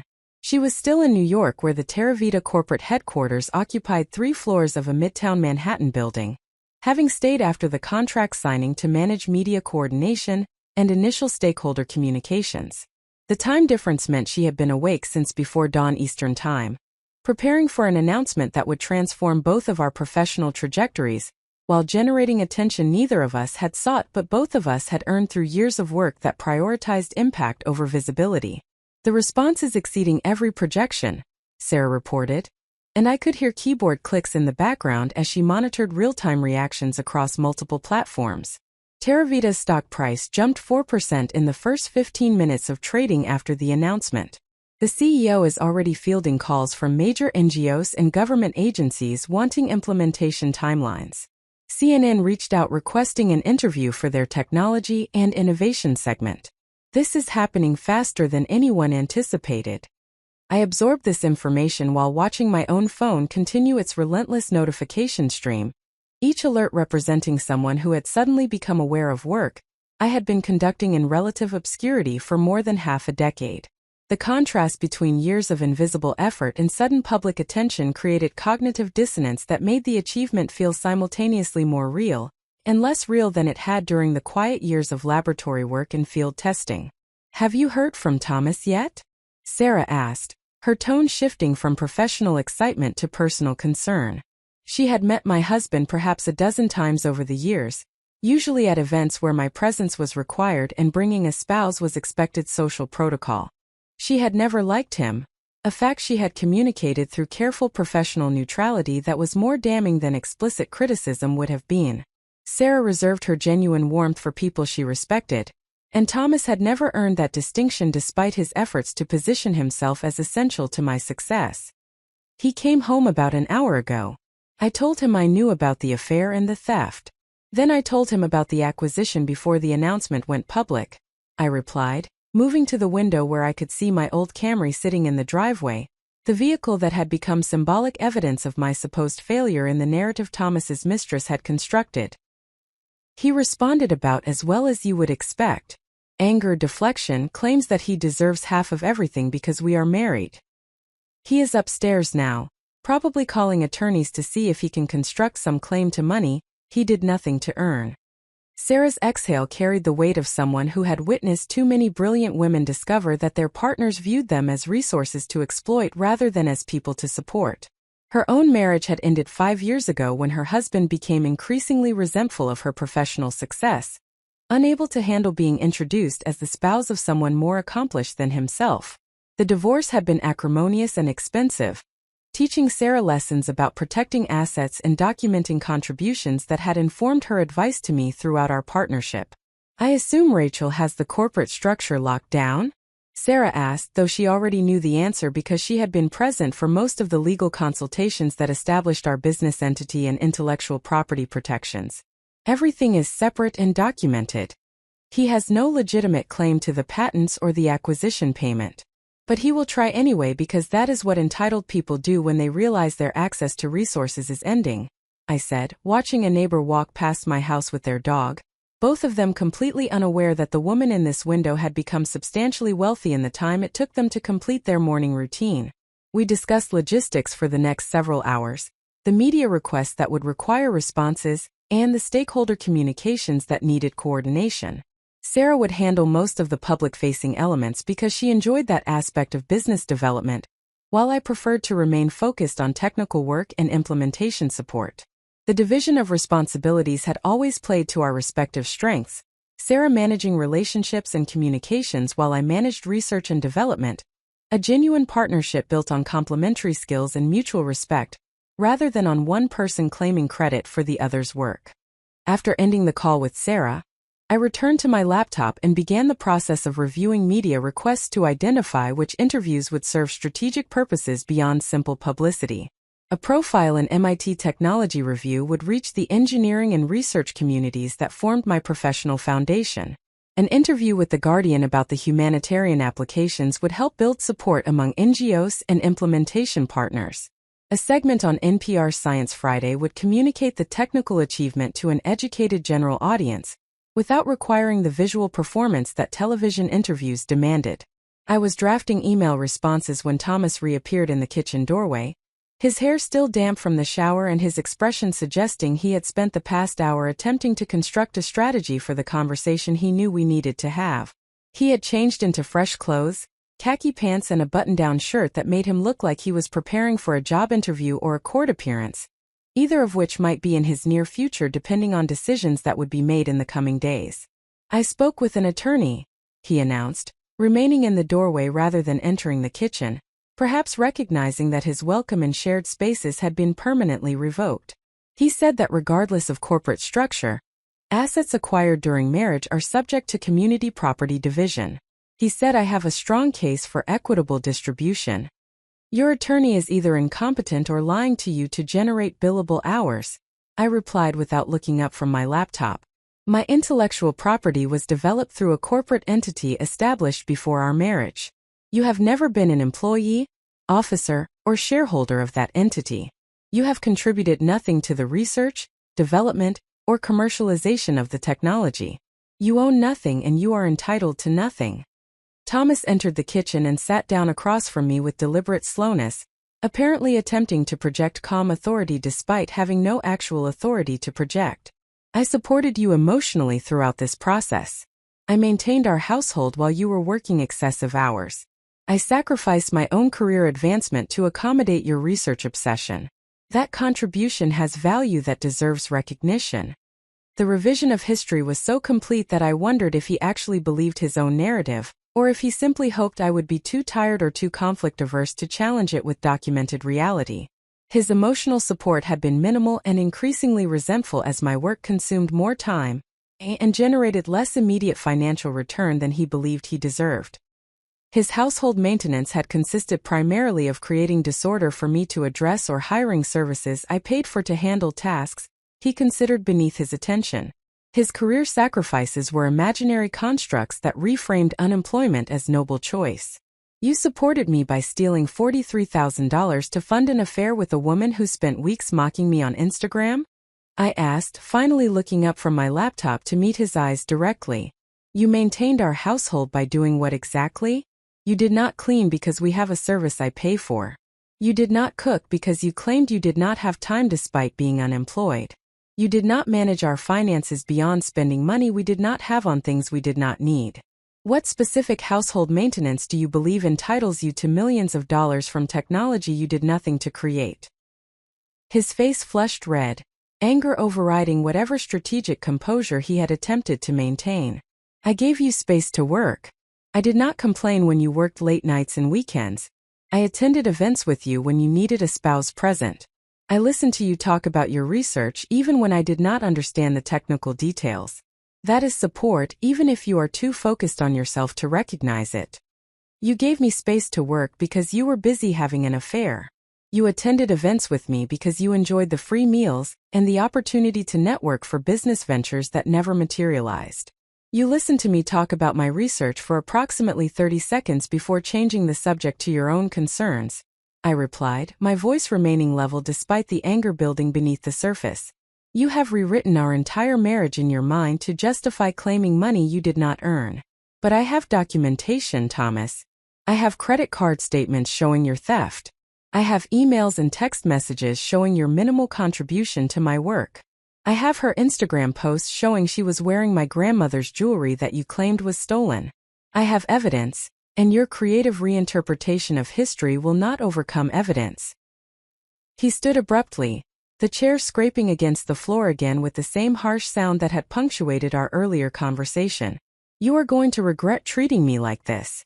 I know things about you that could damage your reputation. I know about the corners you cut in your research. I know about the data you manipulated to make your results look better than they actually were. The threat was so transparently false that it barely registered as concerning. Just another desperate tactic from someone who had run out of legitimate options and was now improvising wildly. I cut no corners and I manipulated no data. Every aspect of my research has been documented and peer-reviewed. Every field test has been conducted according to protocols established by independent verification organizations. You are welcome to make whatever claims you want, but false allegations about research integrity are taken extremely seriously in the scientific community, and making them carelessly constitutes defamation that carries its own consequences. Thomas stared at me for several seconds, apparently recognizing that his bluff had been called, and he had nothing substantive to back up his implied threats. His shoulders slumped slightly as the reality of his position became undeniable. He had no leverage, no legitimate claims, no documentation to support any narrative beyond the one told by evidence he had created through his own choices. The wife he had stolen from while she worked to build something meaningful was not going to reward his betrayal with financial compensation or emotional accommodation. What happens now? He asked finally, his voice losing the aggressive edge and revealing something that might have been genuine uncertainty, or might have been calculated performance of vulnerability, designed to evoke sympathy. You move out of this house within the next 72 hours. You take only your personal possessions, nothing that belongs to me or that was purchased with my money. I will be filing for divorce and documenting your credit card fraud for potential criminal prosecution depending on your behavior during the dissolution process, I said, delivering the information without emotional inflection, just stating facts about consequences he had earned through his own actions. If you cooperate and move out peacefully, I might be persuaded not to pursue criminal charges. If you fight me or attempt to damage my property or my reputation, I will ensure you face every possible legal consequence for everything you have done. He opened his mouth as if to argue, then apparently thought better of it and closed it again without speaking. The calculation was visible on his face as he weighed his options and recognized that none of them were favorable. Fighting me would cost money he did not have for attorneys who would ultimately lose because the evidence was overwhelming and the law was clear. Cooperating might allow him to exit the marriage without criminal record or complete financial destruction, preserving whatever minimal prospects he still possessed for eventually rebuilding a life after this catastrophic failure of character and judgment. "I need more than 72 hours to find a place to live," he said, attempting negotiation from a position that offered nothing to negotiate with. "You should have considered that before you spent $43,000 on an affair instead of saving for the inevitable moment when your theft was discovered," I replied. 72 hours is generous given that I could have you removed immediately based on the documented theft, and the fact that your name is not on the property deed. You are essentially a guest who has abused the hospitality, and guests who steal do not get to dictate the timeline of their departure. Thomas left the kitchen without further argument, his footsteps heavy on the stairs as he retreated to whatever space he would occupy for the next 3 days before his exit from my property and my life became legally enforced. I felt nothing watching him leave, no sadness or regret or even satisfaction, just exhausted recognition that the marriage had ended the moment he decided to steal from me, and that everything happening now was simply administrative processing of that already accomplished fact. My phone continued its relentless notification stream, each alert representing another person who had learned about the acquisition and wanted to express congratulations or request interviews or propose business opportunities. The contrast between my collapsing marriage and my expanding professional opportunities created surreal juxtaposition that made both feel somehow less real than they would have felt in isolation. I was simultaneously ending a significant relationship and beginning a new phase of my career, managing personal devastation while accepting public celebration, and the emotional whiplash was becoming difficult to process. Rachel Morrison called at 10:47 to discuss next steps for the divorce proceedings and the decision about whether to pursue criminal charges for Thomas's credit card fraud. She had reviewed all the documentation I had sent the previous night and had consulted with colleagues who specialized in both family law and white-collar crime, building a comprehensive strategy that would protect my interests while giving Thomas one final opportunity to minimize the consequences of his choices through cooperation, rather than continued antagonism. "The credit card fraud is straightforward," Rachel explained, her tone carrying the confidence of someone who had reviewed the evidence and found it overwhelming. "He used your card for personal expenses without authorization, including substantial charges that benefited a third party, rather than the marriage. The amount exceeds the threshold for felony prosecution in California. Combined with the false police report about the staged break-in, we have multiple criminal violations that could result in significant prison time if the district attorney decides to prosecute aggressively. What would you recommend?" I asked, genuinely uncertain about whether pursuing criminal charges would provide any satisfaction beyond knowing Thomas had faced consequences, or whether it would simply extend the painful process of ending a marriage that had already consumed too much of my time and emotional energy. Rachel was quiet for a moment before responding, and I recognized the pause as her carefully considering not just the legal strategy but also my emotional well-being and long-term interests beyond simple legal victory. From a purely strategic perspective, the threat of criminal prosecution gives us enormous leverage in divorce negotiations. Thomas will agree to almost anything to avoid a felony record that would destroy his employment prospects and follow him for the rest of his life. We can use that leverage to ensure a quick, clean divorce with no ongoing financial obligations or support payments. "But?" I prompted, hearing the unspoken qualifier in her explanation. "But criminal prosecution is emotionally exhausting for everyone involved, including victims who have to testify and relive the betrayal in court proceedings. It takes time and energy that you might prefer to direct toward your work and your new opportunities rather than toward watching Thomas face consequences that, while justified, will not undo the damage he has caused or restore the years you invested in a marriage built on his deception." The wisdom in her counsel was obvious even as part of me wanted to see Thomas face criminal charges simply as validation that what he had done was seriously wrong rather than just a marital dispute subject to equitable negotiation. The desire for punishment was understandable but ultimately less important than moving forward with my life and my work without remaining tethered to someone who had proven himself unworthy of any further portion of my time or attention. Use it as leverage for a quick settlement, I decided. Make it clear that cooperation means I do not pursue charges, but any attempt to claim my assets or prolong the divorce will result in full criminal prosecution. I want him gone from my life as quickly and completely as possible." Rachel agreed, and we discussed the specific terms she would propose in the divorce settlement. Thomas would receive nothing from my patent acquisition or my corporate assets. He would receive no spousal support given his documented theft and his lack of contribution to the marriage. He would be responsible for removing his belongings within 72 hours and would have no further access to the property. In exchange, I would not pursue criminal charges for the credit card fraud or the false police report, allowing him to exit the marriage without a criminal record that would permanently compromise his future prospects. The terms were more generous than he deserved but served my interests by ending the marriage quickly without the extended litigation that would consume months of time and substantial emotional energy. Thomas would be free to rebuild his life elsewhere while I focused on the work and opportunities that actually mattered. The settlement would demonstrate to anyone paying attention that I was neither vindictive nor weak, simply practical about cutting losses and moving forward without unnecessary drama. After ending the call with Rachel, I turned my attention to the Instagram account that had precipitated my discovery of Thomas's betrayal. Amanda's profile was still active, though she had not posted anything since the previous night's photograph of them at the bar downtown. I wondered whether she had seen the acquisition announcement yet, whether anyone in her social circle had made the connection between the inventor named in the press release and the woman she had been mocking for weeks, whether she had experienced even a moment of recognition that her confident superiority had been based on complete misunderstanding of circumstances she had no knowledge of or standing to judge. I clicked through her follower list and found several mutual connections, people who existed in the overlapping spaces between my professional network and whatever social circles Amanda occupied. These connections would likely ensure she learned about the acquisition relatively quickly, possibly had already learned about it during the 90 minutes since the press release went public.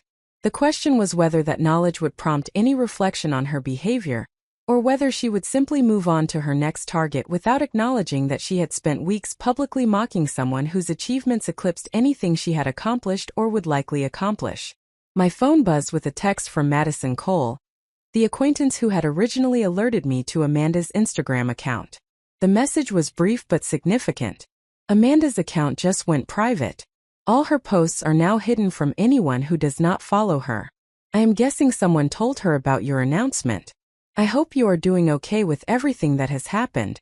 The timing confirmed that Amanda had learned about the acquisition and had responded by hiding the evidence of her mockery, rather than by deleting it entirely or by acknowledging her error in judgment.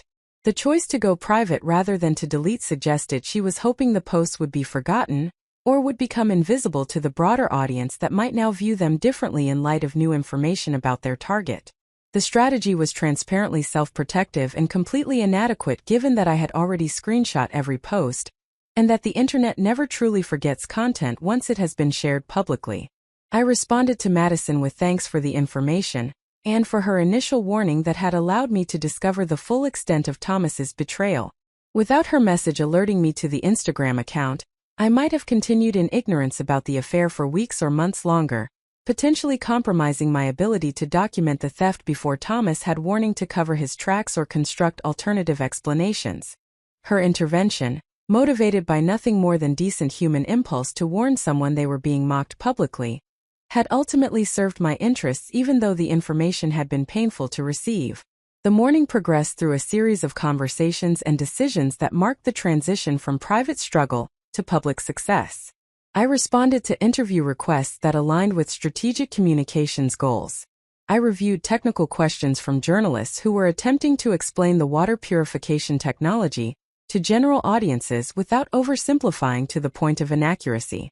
I coordinated with Sarah about stakeholder communications and implementation timeline questions from NGOs and government agencies interested in deploying the technology in communities that needed improved water access. Each task pulled me further from the personal devastation of the failed marriage and deeper into the professional opportunities that represented 6 years of work finally achieving recognition and impact.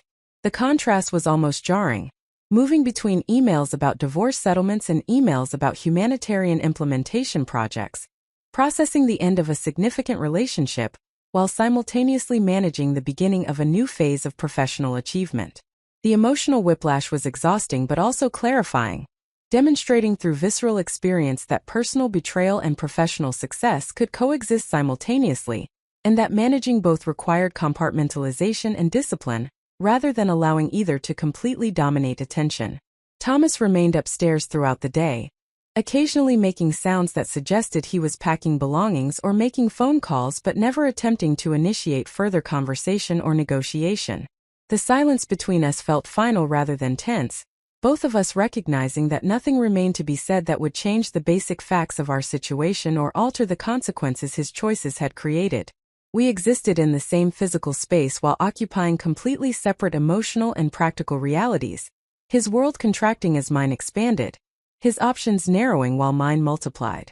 At 3 in the afternoon, I received an email that initially appeared to be spam but revealed itself upon closer examination to be a message from Amanda sent from a newly created email address with a generic username that suggested she was attempting to communicate while maintaining some degree of anonymity or deniability.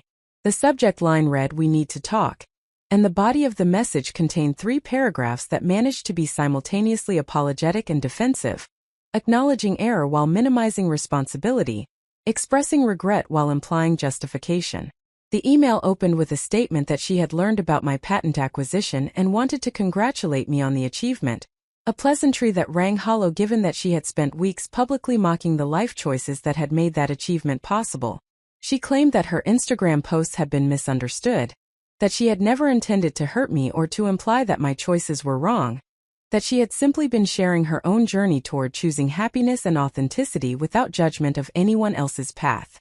The interpretation was so transparently false that it barely warranted consideration, but I read through the entire message to understand what she hoped to accomplish through this outreach. The second paragraph revealed her actual motivation, explaining that she had received messages from people who had seen her posts and were now questioning her judgment and character in light of new information about my circumstances. She expressed concern that the posts might be screenshot and shared more widely, potentially damaging her reputation and her professional prospects as a fitness influencer and personal trainer. She hoped that we could move forward positively, without dwelling on misunderstandings that were based on incomplete information that she could not have been expected to possess at the time she was posting. The final paragraph constituted what I recognized as a carefully worded attempt to avoid legal liability, while requesting that I not take any action that might harm her professionally or socially. She expressed hope that successful women could support each other rather than tearing each other down, that we could both learn from this experience and emerge stronger and more compassionate, that any mistakes made on either side could be forgiven as we both pursued our respective paths toward fulfillment and impact. The language was generic enough to apply to almost any conflict, while remaining vague enough to avoid admitting any specific wrongdoing that might constitute evidence in potential defamation proceedings. I read the email twice, analyzing the language and the strategy before deciding how to respond. Amanda was attempting to preempt consequences without genuinely acknowledging the harm she had caused or demonstrating any authentic remorse beyond strategic concern for her own reputation. She wanted forgiveness and silence without offering either genuine apology or recognition that her behavior had been cruel and unjustified, regardless of my financial circumstances. The email represented exactly the kind of calculated self-interest that had characterized her entire approach to documenting my supposed failure on social media. I drafted a response that was brief and professional, offering neither the absolution she sought nor the detailed condemnation she probably feared. I have no intention of pursuing any action related to your social media posts. However, I also have no obligation to protect you from the natural consequences of your public choices. Your posts remain your responsibility, as do any reputational impacts they may generate. I wish you well in your future endeavors. The response acknowledged her message without accepting her framing of events as mutual misunderstanding, rather than as one-sided cruelty based on superficial judgment. Sending the email provided no particular satisfaction, just a sense of administrative completion similar to responding to any other message that required acknowledgement, but not extended engagement. Amanda would have to manage whatever consequences emerged from her documented mockery without assistance or interference from me, free to learn whatever lessons the experience might teach but not insulated from accountability simply because the target of her cruelty had proven more successful than she had assumed. The afternoon continued with more media coordination and stakeholder communications, the rhythm of responding to opportunities and managing information gradually becoming routine despite the unprecedented nature of the attention. Sarah sent regular updates about interest from organizations wanting to implement the water purification technology, including several major NGOs with existing infrastructure in regions where our systems could be deployed relatively quickly to serve communities that had been lacking reliable access to clean water for generations. By evening, Thomas had apparently packed whatever belongings he intended to take, his vehicle loaded with boxes and bags that represented his claim on our shared life. He appeared in the kitchen doorway as I was reviewing technical specifications for a journalist who wanted to explain the purification process accurately, his expression suggesting he had one final thing to say before beginning his permanent exit from my property and my life. "I loved you," he said quietly, as if that statement should change anything about consequences or create obligation for me to soften my position or extend some final gesture of grace he had done nothing to earn. "You loved what I could provide for you," I replied without looking up from my laptop. "You loved having someone fund your lifestyle while you pursued affairs and imaginary business ventures. You loved the idea of being married to someone successful enough to make you look good by association. But you never loved me as a person separate from my utility to you, and that is why we are here." He stood in the doorway for another moment as if waiting for me to say something more, perhaps hoping for an emotional scene that would validate his narrative of being the victim of my coldness rather than the architect of his own destruction through his choices and character. When I remained silent, focused on my work, he finally left without further comment. I heard his car start in the driveway, heard him drive away into whatever life he would build after this catastrophic failure of judgment and decency. The house felt different in his absence, lighter somehow despite nothing physical having changed beyond the removal of boxes containing his belongings. The space belonged entirely to me now, purchased with my money, maintained with my resources, finally freed from the presence of someone who had treated it as a staging ground for his own agenda, rather than a shared home built on mutual commitment and respect. The relief was palpable and immediate, validation that the marriage had been over long before the formal ending, that his departure marked acknowledgement of existing reality rather than creation of new circumstances. I returned to my work with renewed focus, responding to the opportunities and obligations that represented 6 years of research finally achieving the recognition and impact I had been working toward when Thomas decided to steal from me and mock me through his mistress's Instagram performance.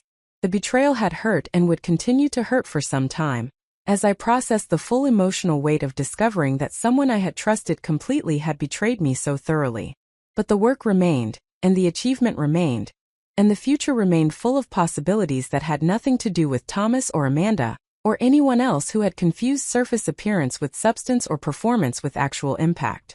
The woman they had mocked for driving an old car and clipping coupons had built technology that would provide clean water to millions of people while generating wealth that would fund additional research and support causes that mattered more than expensive handbags or luxury vehicles or any other visible marker of success that could be photographed for strangers.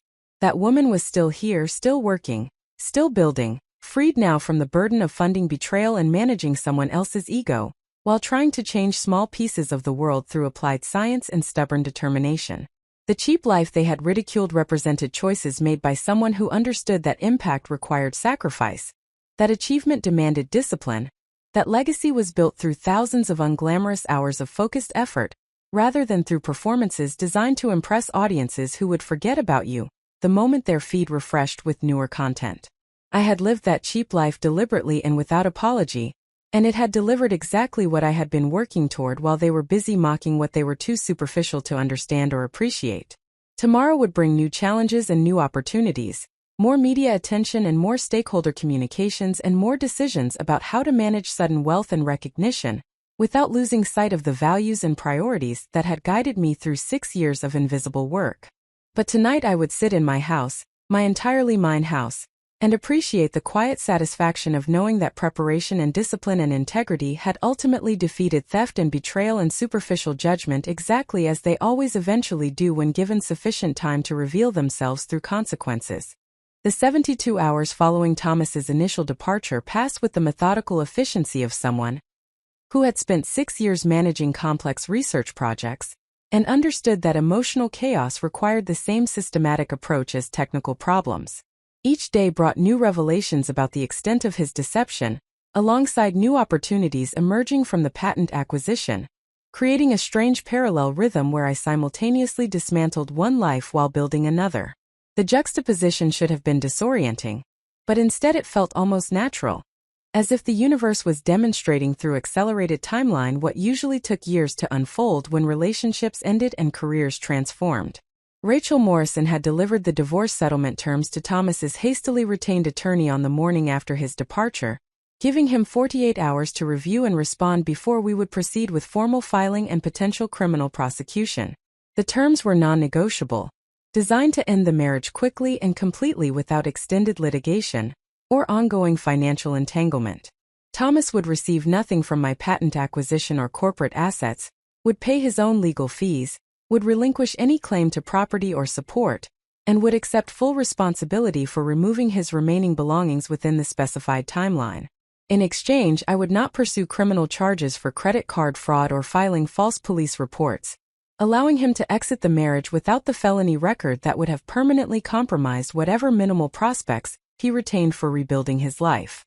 His attorney had responded within 36 hours, accepting the terms without substantive negotiation beyond requesting an additional week for property removal to accommodate his search for housing. Rachel had countered with an additional 72 hours maximum, pointing out that Thomas had spent months planning his affair and theft but apparently had not considered the practical implications of being discovered and expelled from a home he had never contributed to purchasing or maintaining. The attorney accepted the revised timeline without further argument, recognizing that his client possessed no leverage and that prolonging negotiations would only provide more time for me to reconsider my decision not to pursue criminal prosecution.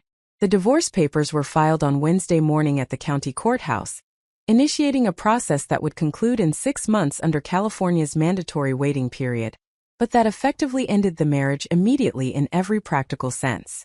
Thomas had no grounds to contest the dissolution and no financial incentive to prolong proceedings given that delay would not improve his position or generate any claim to assets he had never legitimately owned. The marriage that had begun 5 years ago with optimistic promises and beach ceremony would end with bureaucratic efficiency and legal documents that reduce 5 years of shared life to property division and debt allocation that reflected the actual rather than the imagined nature of our partnership. While managing the divorce logistics, I simultaneously navigated the expanding professional obligations that accompanied sudden public recognition of work that had previously existed in relative obscurity. Interview requests had multiplied beyond what Sarah and I could reasonably accommodate, requiring strategic decisions about which media opportunities would advance our goals of securing implementation partnerships and building support for deployment in communities that needed improved water access. We had accepted interviews with MIT Technology Review, The Guardian, NPR Science Friday, and CNN's Technology segment, a combination that would reach technical audiences, humanitarian stakeholders, educated general public, and mainstream awareness without requiring more television appearances than I felt comfortable delivering. The MIT Technology Review interview was scheduled first, conducted via video conference with a science journalist who had spent the previous 2 days reviewing my published research and technical specifications to ensure she could ask substantive questions about the development process and engineering innovations that distinguished my approach from previous water purification attempts. The conversation lasted 90 minutes and covered everything from materials science breakthroughs to field testing protocols to the philosophical shift from pursuing technical elegance to prioritizing practical reliability. The journalist understood immediately that the real achievement was not any single technical innovation, but rather the systematic integration of multiple modest improvements into a comprehensive solution that succeeded precisely because it refused to be impressive in ways that would compromise functionality. What you have created is the opposite of what usually wins attention in the technology sector, the journalist observed near the end of our conversation, her camera showing her taking notes in a physical notebook rather than typing on a computer. Silicon Valley celebrates disruption and revolutionary breakthroughs, but your work succeeds through incremental refinement and unglamorous persistence.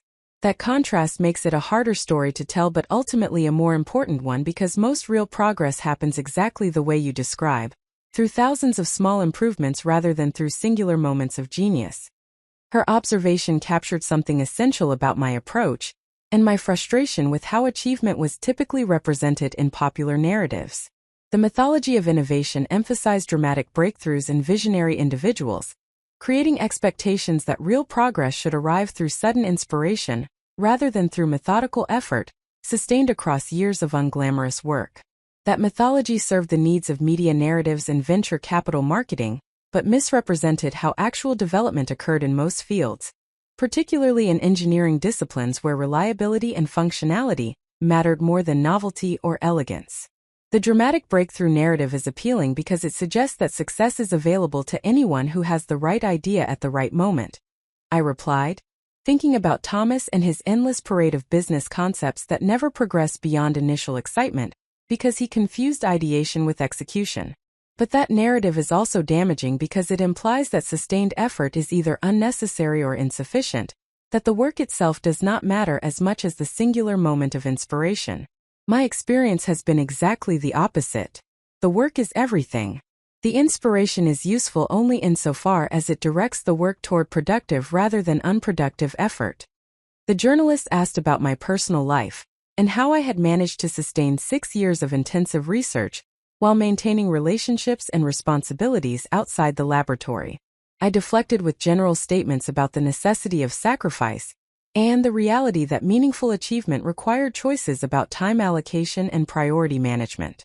I did not mention the failed marriage or the affair or the theft, not because I was ashamed but because those details were not relevant to the technical story and would shift attention from the work to the personal drama in ways that would undermine the message about sustained effort and disciplined focus.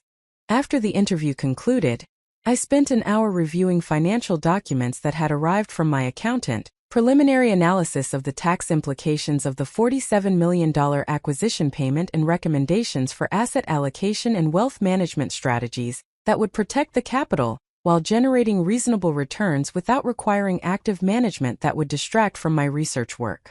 The numbers were almost abstract in their magnitude, representing more money than I had earned across my entire career prior to the acquisition and more money than my parents and grandparents had accumulated across their combined lifetimes of steady work and careful saving.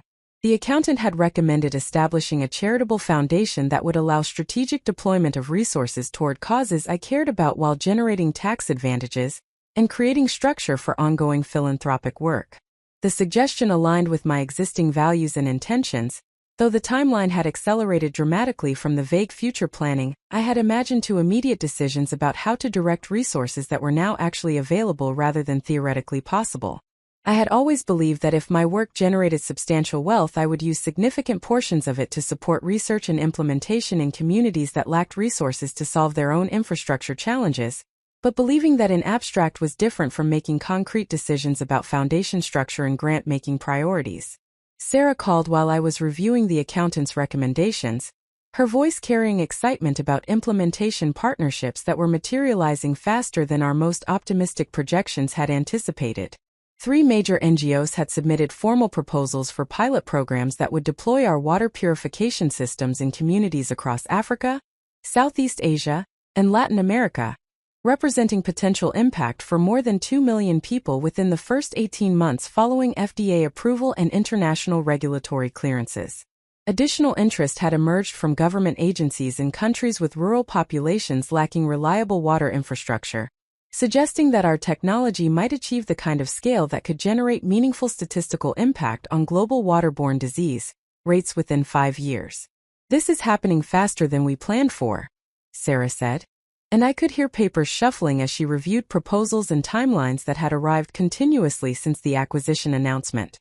"We need to start thinking about manufacturing scale-up and quality control systems and implementation training protocols.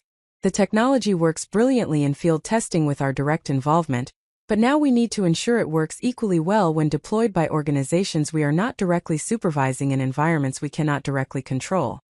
The challenge she identified was precisely the kind of unglamorous operational work that would determine whether our technology achieved its potential impact, or became another promising innovation that failed during the transition from controlled testing to real-world deployment at scale. The technical development had been difficult, but in some ways the implementation phase would be more challenging, because it required coordinating across multiple organizations and contexts, while maintaining quality standards and gathering data that would validate effectiveness under diverse conditions. We spent an hour discussing operational priorities and resource allocation, deciding that I would focus on technical support and quality assurance, while Sarah managed partnership coordination and stakeholder communications. The division of responsibilities built on our established working relationship and allowed each of us to operate in domains where we possess both expertise and energy. I had no interest in managing the relationship dynamics and political negotiations that Sarah navigated effortlessly, and she had no interest in diving into technical specifications and engineering modifications that I found intellectually engaging, but that she found tedious and unnecessarily detailed. After ending the call with Sarah, I walked through my house appreciating the silence that had replaced the ambient tension that had characterized the space during the final months of my marriage. Thomas had retrieved his remaining belongings the previous day during a brief visit supervised by Rachel Morrison, who had insisted on being present to ensure no disputes arose about property division, and no attempts were made to claim items that belonged to me rather than to him. The process had taken less than 3 hours, confirming what I had suspected about how little he had actually contributed to our shared life beyond consuming resources and creating disorder. The rooms looked essentially unchanged by his departure, because Thomas had never imposed much personality on the space, never hung photographs or displayed meaningful objects or created environments that reflected genuine interests or values.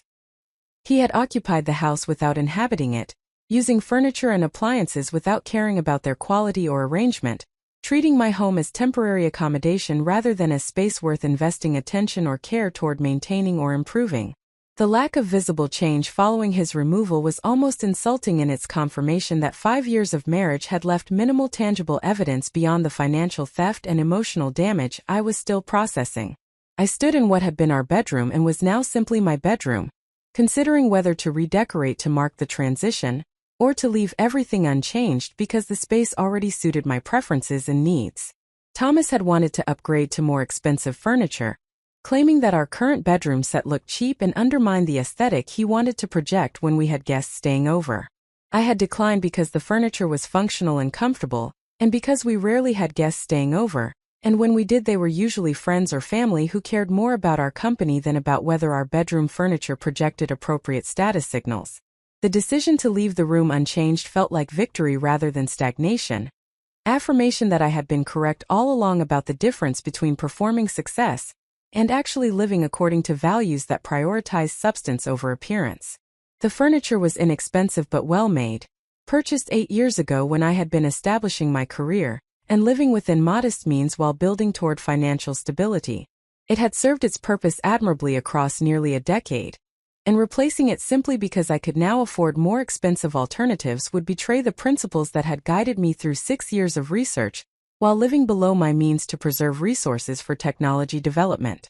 My phone buzzed with an email notification from an address I did not recognize, the subject line reading apology and explanation, in a way that immediately indicated the message was from Amanda despite being sent from a different account than her previous email. I considered deleting it without reading but decided that understanding her perspective might provide useful context for decisions about how to respond if her Instagram posts generated additional complications, or if she made any future attempts to rewrite the narrative about what had occurred and why.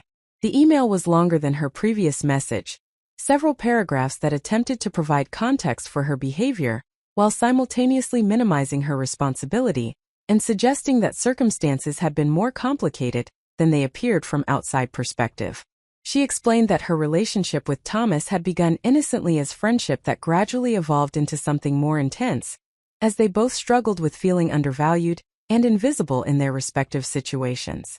She claimed that Thomas had portrayed me as cold and distant, obsessed with work to the exclusion of emotional connection, resentful of his needs and dismissive of his attempts to build his own career while supporting my research.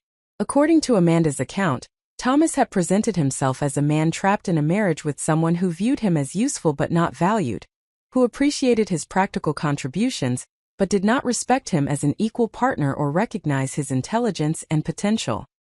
He had apparently told her that I controlled all financial decisions and refused to invest in his business ventures because I did not believe he was capable of succeeding at his own endeavors, that I preferred keeping him dependent and subordinate rather than supporting him in becoming successful in his own right. The narrative portrayed me as the architect of an unequal partnership, rather than as the victim of a man who had contributed nothing while stealing everything. Amanda wrote that she had genuinely believed Thomas's version of events, and had viewed her Instagram posts as empowering commentary about choosing to leave unsatisfying situations, rather than as mockery of someone she knew nothing about. She claimed that if she had understood my actual circumstances and achievements, she never would have posted content that might be interpreted as targeting me specifically, that her posts were intended to document her own journey rather than to diminish mine, that any harm caused was unintentional result of incomplete information, rather than deliberate cruelty, based on superficial judgment. The revision of history was transparently self-serving, but also somewhat illuminating about the story Thomas had been telling to justify his affair and theft.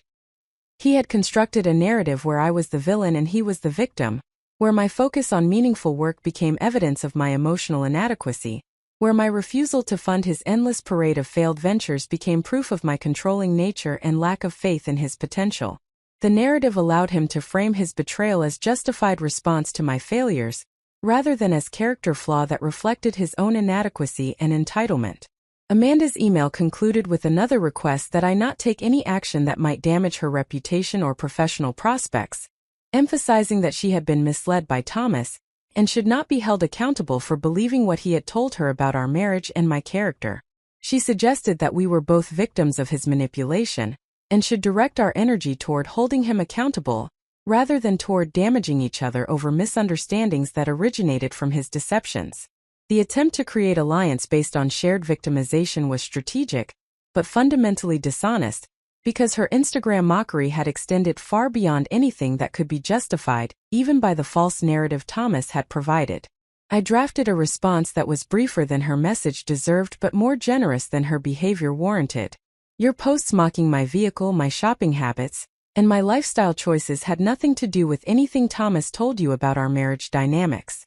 You made judgments about my worth based on visible consumption, and decided that someone who drove an old car and clipped coupons deserved public ridicule.